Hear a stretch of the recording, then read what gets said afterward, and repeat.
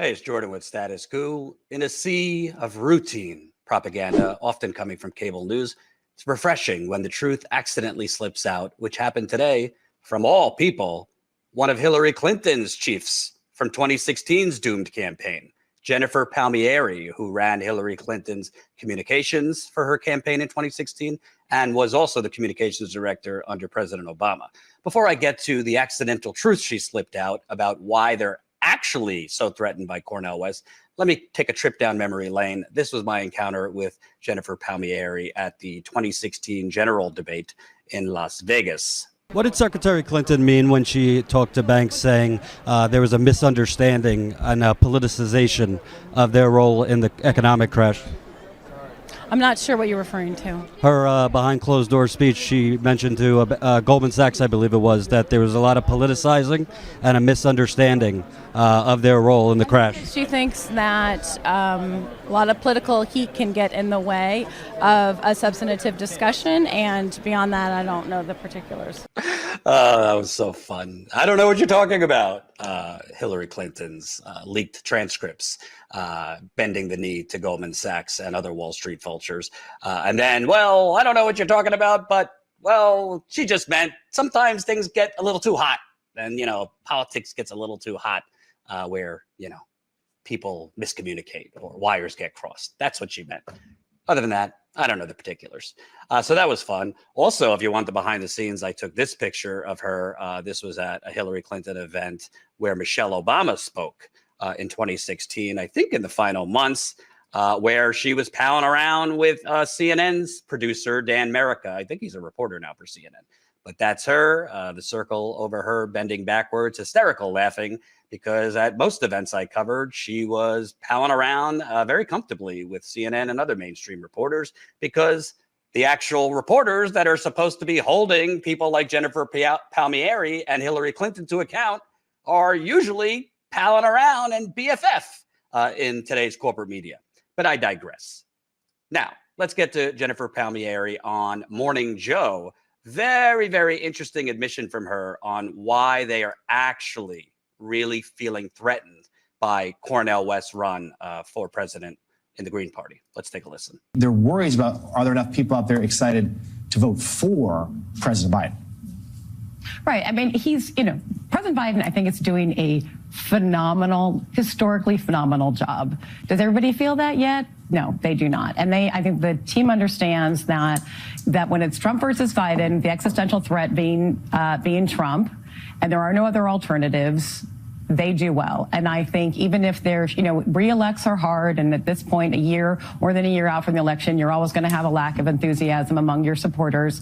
But that existential threat is still going to be there come November of 2024, when we expect that Trump is going to be the nominee. And I feel confident that the Biden team will be able to turn out the same amount of people that we needed in 20 to win. I've seen poll, last week on Friday, Lemire, we had that poll in the show that showed that the third party candidate actually might help Biden as opposed to Trump. But it's really, the Biden team just does not want unknowables. They want as much certainty as possible. Let's just do this again, the same rematch, the same issues at stake, the same, democratic stress test for the country, and have the same rematch. And just any kind of variable is really threatening. And I don't think they're wrong to fear that. It's not paranoia.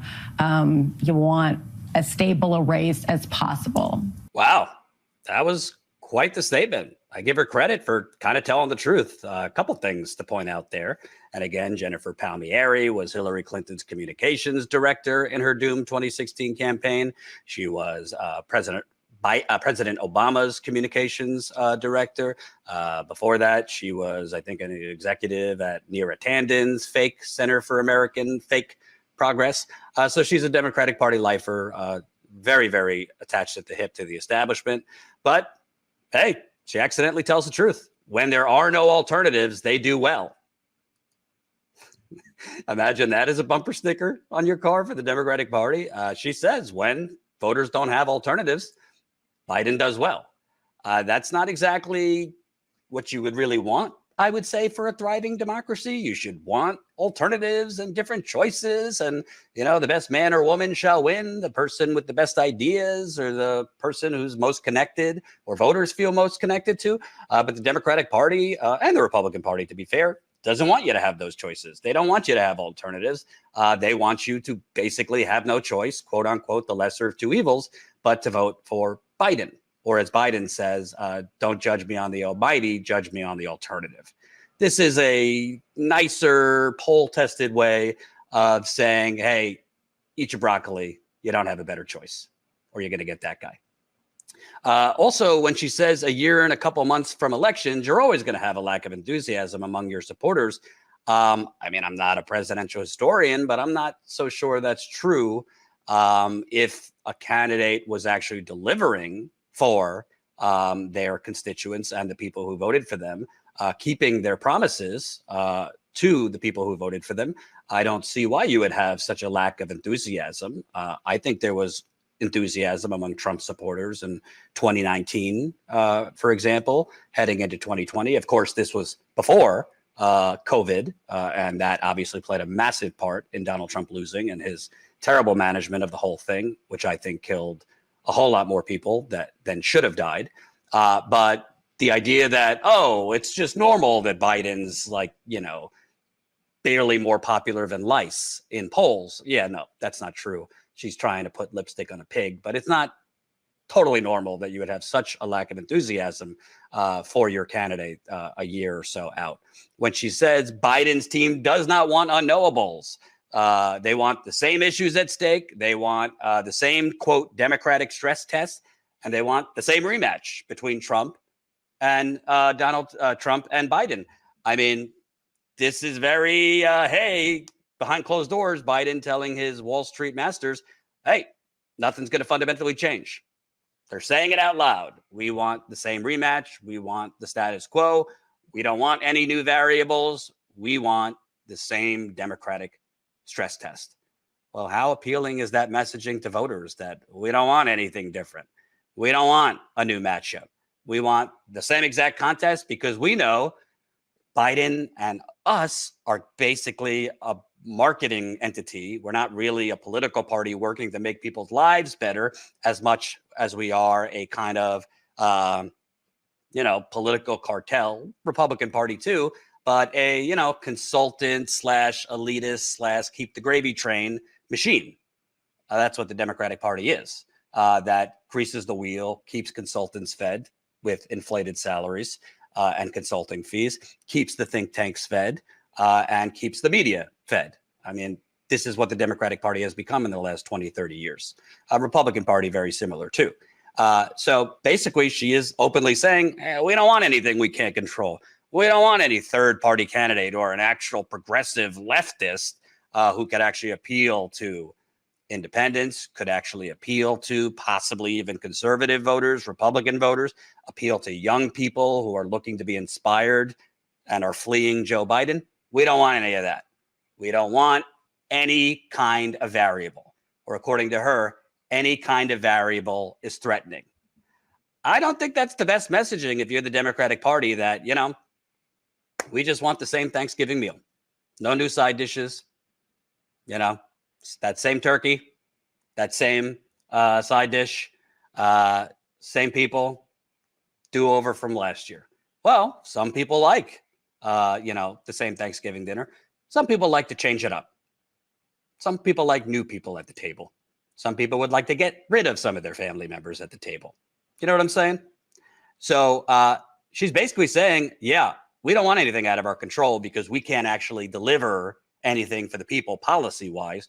We can't actually have Biden doing, these radical things like executive actions that he has the power to do right now. We can't have Biden making bold pledges that if you reelect me, a Democratic House, a Democratic Senate, I will push for a $20 minimum wage. And to hell with the parliamentarian. We are telling you right now, we are not going to listen to the parliamentarian if he or she says we can't do it as part of a reconciliation bill. To hell with anyone. We're pushing a public option and then some. And you hold me accountable to stick with it. We're not going to push anything really bold or substantial on the climate inferno because our Wall Street and fossil fuel donors will slap us on the wrist and will not donate to us right now. And priority right now is not the planet, it's hoarding money because we need as much as $2 billion, or so they think they need that much for this presidential election. So yeah, I guess you got to give her credit for honesty that we don't want anything we can't control, and Cornel West is a variable we cannot control, and certainly is threatening.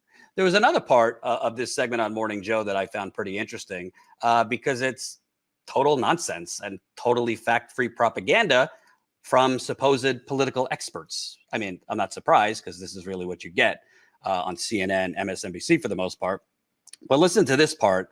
Again, total nonsense and total bullshit. A third-party candidate who is a green candidate who is pulling away from the real core of Biden's appeal, which is younger voters or voters of color. That would be, even just 1,000 of those votes would be detrimental to Biden.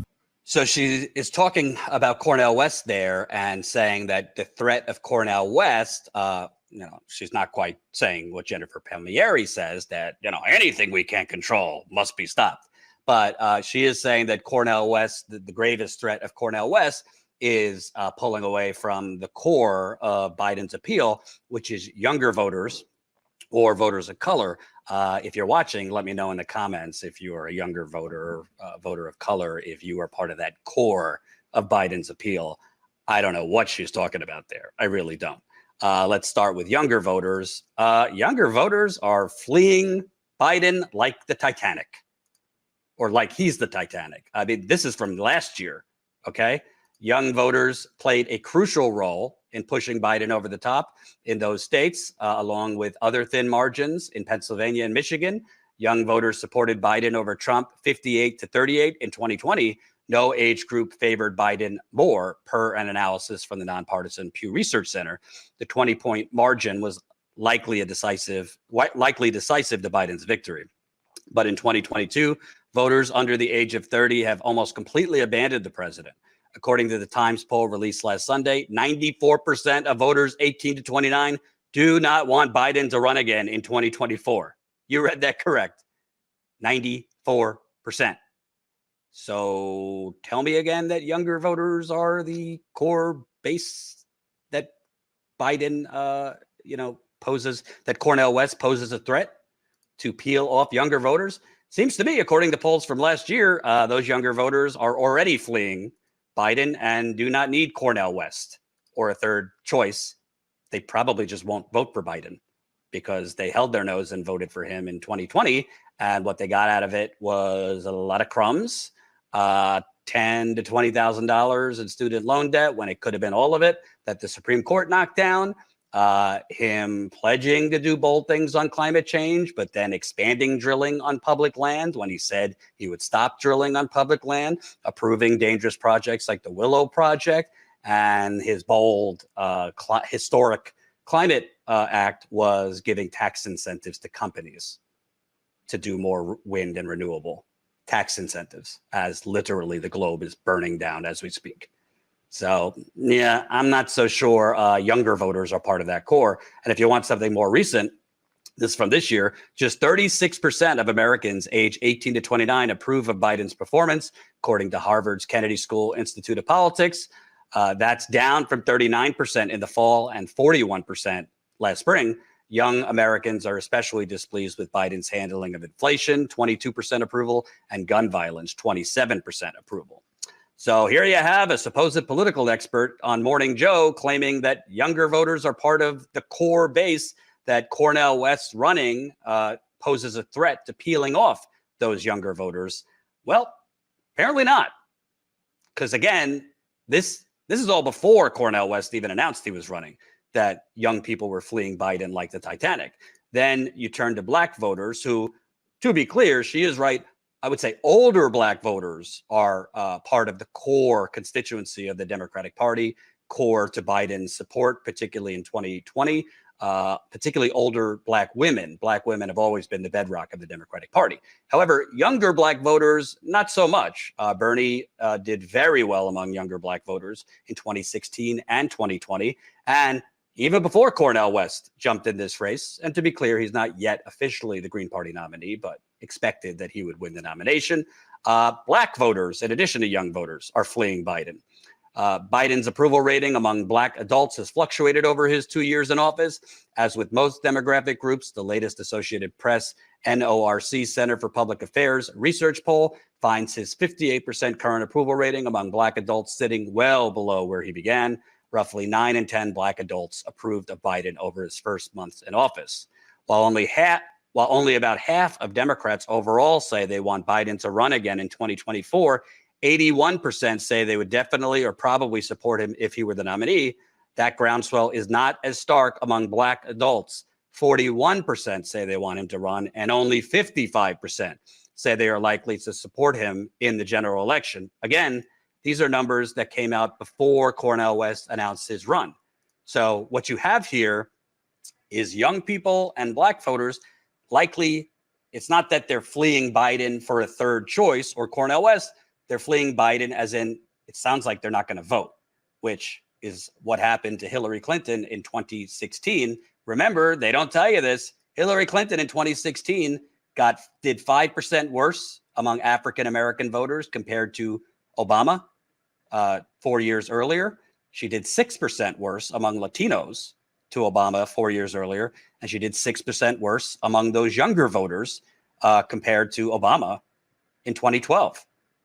And a lot of those voters, it's not that they voted for Jill Stein, they just didn't vote. So kudos to Hillary Clinton's communications chief for accidentally telling the truth on Morning Joe about the real reason they're threatened by Cornel West. We want the status quo, and we want a rematch with no threatening variables like a Cornel West.